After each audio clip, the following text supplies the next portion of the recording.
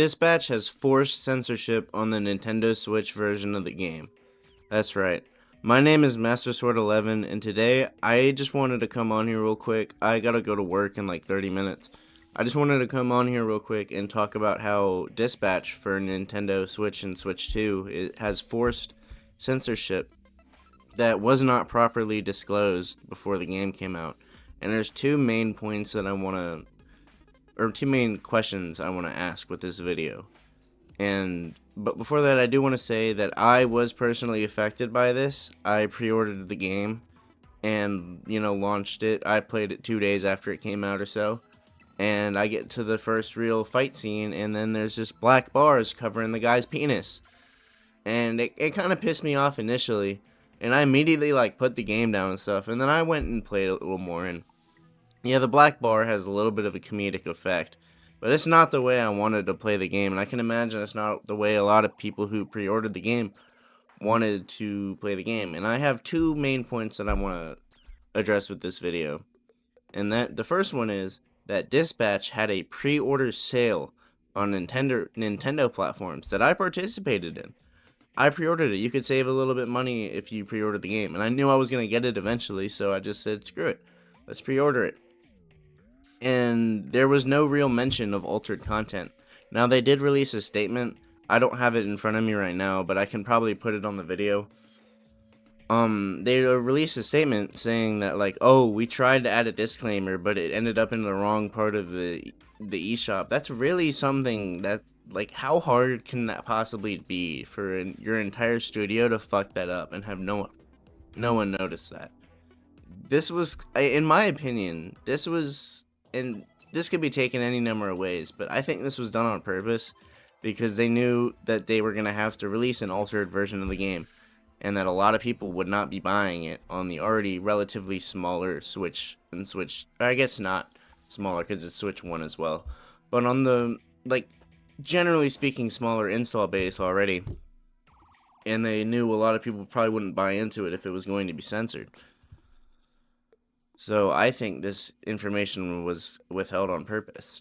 Now, the other question that I want to ask is, why is Nintendo forcing this game to comply with Eastern markets? So the whole reason that this is it's not just Nintendo being this is more of a problem with ad hoc than Nintendo. Nintendo just straight up told them, hey, you gotta censor this shit if you want to put it on Switch.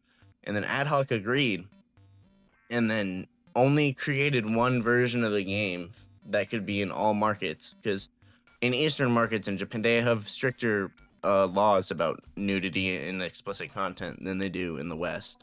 So when you're actually selling something for real, you have to comply with that, and that makes sense. And Nintendo's based in Japan, it's obvious that they would want to not get into any trouble.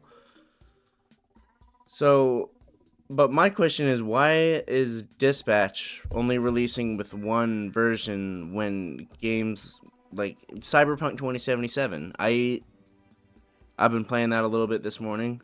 That a lot of nudity and really graphic content in that game, and none of it's censored for Switch. It's all there. So why is Dispatch not capable of releasing two separate versions like games like Cyberpunk are? Dispatch, it's a smaller game, but you got Aaron Paul behind it. That man is that man's got some money. You got people like Aaron Paul, Moisture. There's money and faces behind Dispatch. You could have released two separate versions of the game. And now, in that statement I referred to earlier, they also said that they would be doing a patch, hopefully in the future, to fix and address some of the altered content. And I'm very hopeful for that.